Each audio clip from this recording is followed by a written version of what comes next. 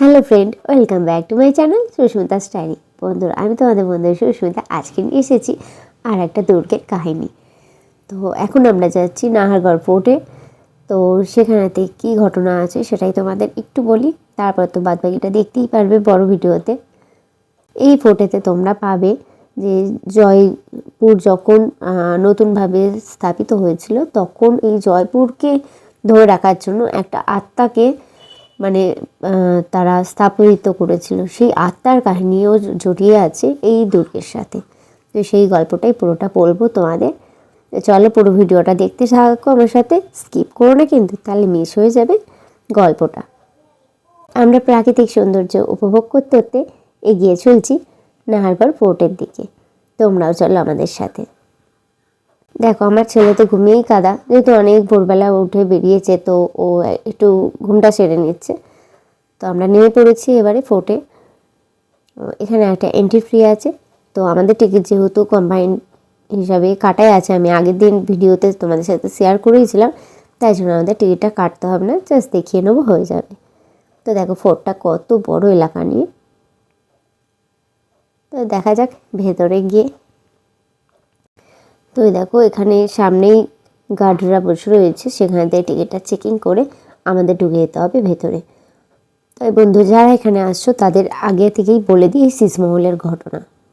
তোমরা যদি আমির ফোর্টের শীষমহল দেখে আসো, তাহলে বলবো এখানে আর শীষমহল দেখার কোনো দরকার নেই, কারণ এখানে শীষমহল দেখতে গেলে কিন্তু তোমাদের 500 টাকা লাগবে টিকিট।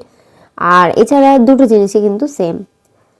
আর ওটা বলবো অরিজিনাল, এটা বানানো, তো ওটাই বেটার হবে। ফালতু টাকাটা নষ্ট না করে সেই টাকাটা তোমরা সঞ্চয় করতে পারবে। এখানে ঢুকতেই তোমরা দেখতে পারবে একটা ছোট্ট শিব মন্দির। এই শিব মন্দিরটা কিন্তু আমরা জানি শিব ঠাকুর বসানো হয় উত্তর দিকে করে, কিন্তু এখানে কিন্তু আছে পশ্চিম দিকে করে। এটা কিন্তু এখানে রাজা ও জ্যোতিষীরা সব মানে ভাবনা বিবেচনা করে এটা করেছে। কারণ হচ্ছে সূর্য উদয় হবে পূর্ব দিকে, আর পূর্ব দিকে উদয় হওয়ার পরেই যেদিকে তাকায় সেদিকে হচ্ছে সেই দিকটা ধ্বংস হয়ে যায়। কিন্তু পশ্চিম দিকে যেহেতু জয়পুরটা আছে, সেই হিসাবে এই শিব ঠাকুরকেও বসানো হয়েছে পশ্চিম দিকে, যাতে না শিব ঠাকুর যেহেতু তার তৃতীয় নেত্র, তো যাতে না ধ্বংস হতে পারে আমাদের জয়পুর, সেই হিসাবে এটি তারা বানিয়েছে। এবারে শুরু করি সেই গল্পটা। এখানে জয়পুরের রাজা, যে নাহারগড় ফোর্টের যে রাজা ছিল, তিনি বিবাহ করতে চেয়েছিলেন মেবারের রাজকুমারীকে।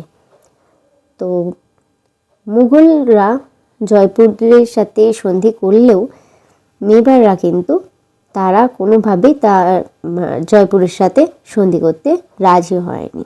কিন্তু বিয়েও করতে চাইছে, তো ডাইরেক্ট যদি সেটাকে না বলা হয় সেটা তো আরও ঝামেলার কারণ দাঁড়াবে।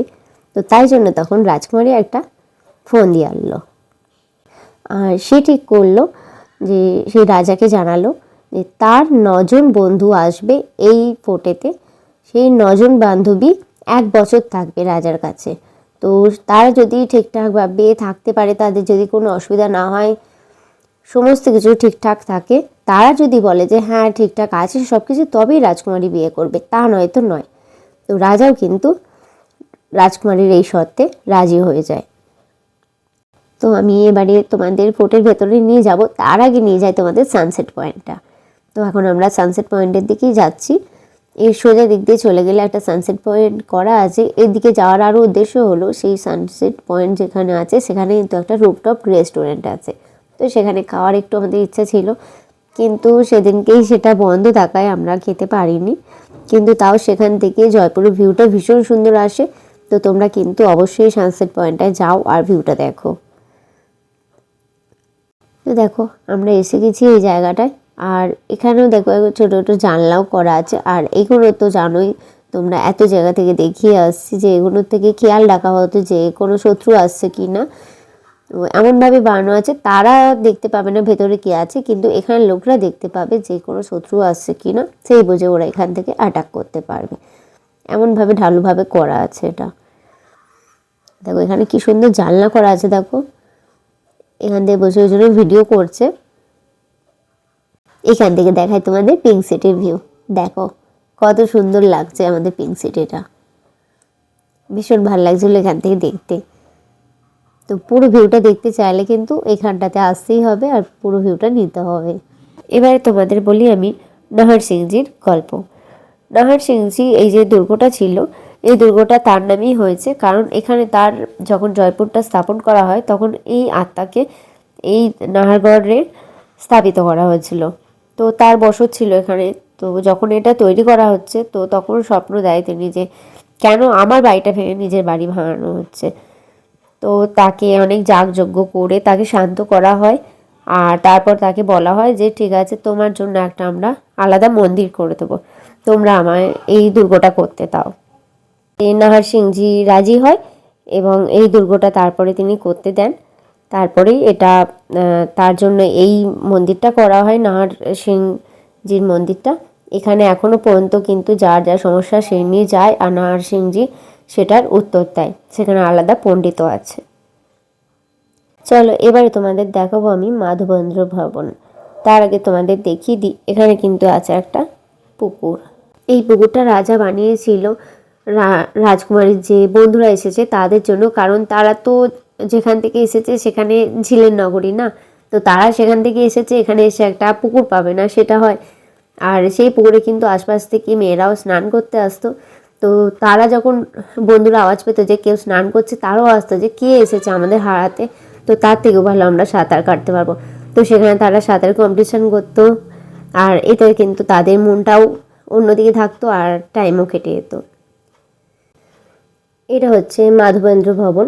তো এর নাম দেওয়া হয়েছে কারণ হচ্ছে মাধব কথার অর্থ হচ্ছে শ্রীকৃষ্ণ, আর শ্রীকৃষ্ণ থেকেও মানে এতটাই সুন্দর যে সেটাকে বলা হচ্ছে মাধবেন্দ্র ভবন, যাতে সেই সখীগণদের মনটা এতে লেগে থাকে।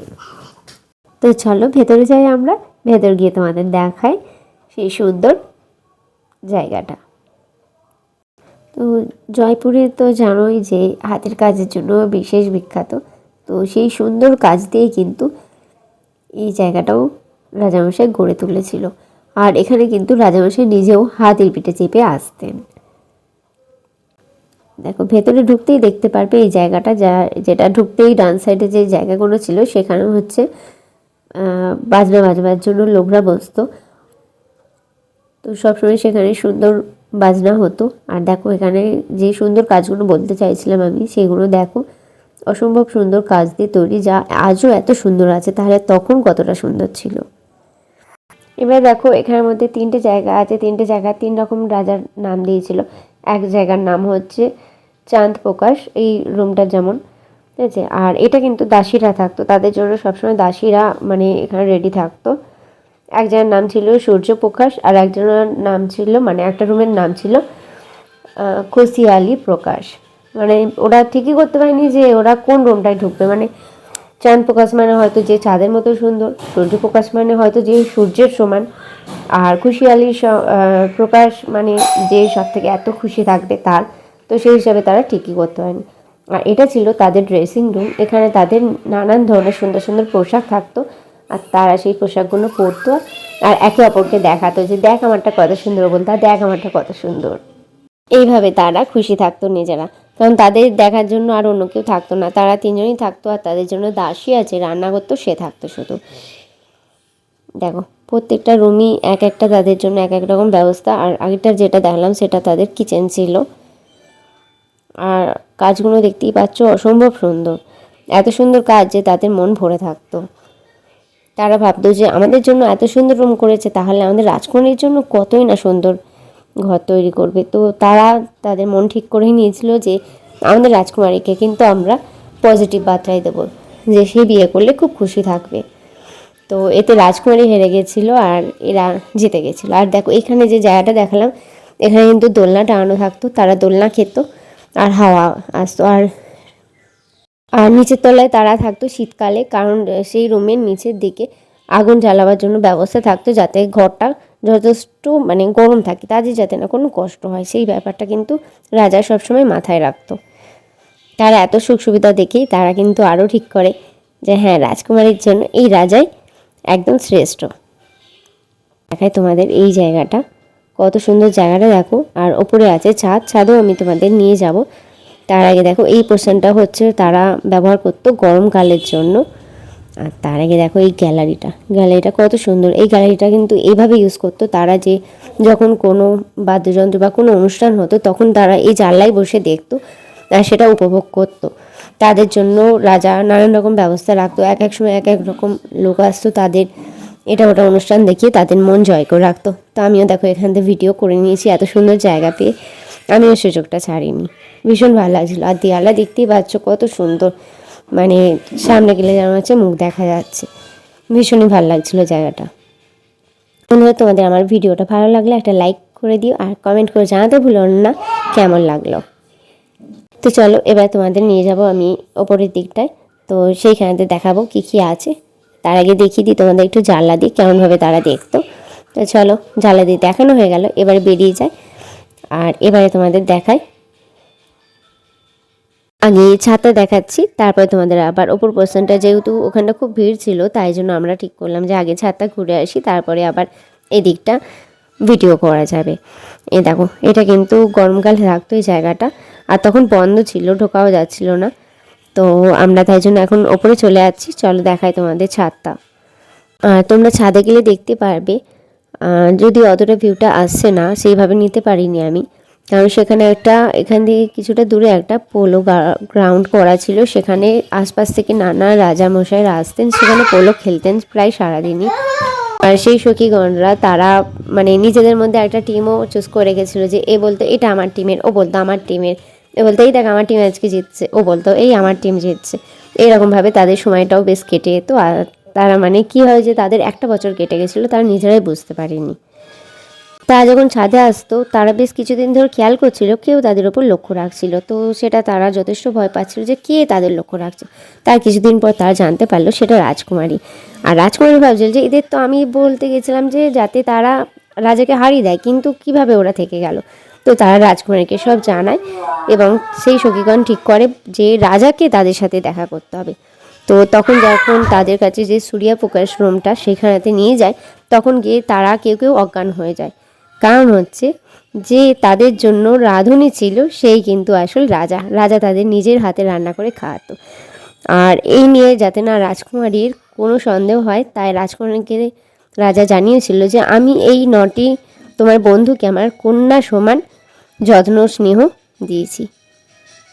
আর সেই 9টা সখীগণও ঠিক করে যে আমরা কিন্তু এখান থেকে আর যাবো না, সে আমাদের দাসী করে রাখুক আর বন্দি করে রাখুক, আমরা এখানেই থেকে যাব রাজার এই প্রাসাদেই।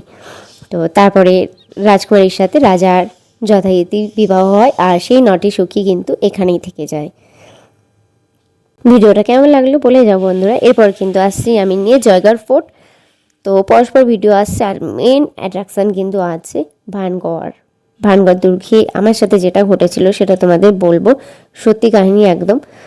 তো একটু ওয়েট করো, খুব শীঘ্রই নিয়ে আসছি আমি। এই জয়পুরটা কমপ্লিট হয়ে গেলেই আমি ওটা নিয়ে আসছি। তো সবাই ভালো থেকো, সুস্থ থাকো, আবার দেখা হবে পরবর্তী ব্লগে। আজ আমি যাই, টাটা।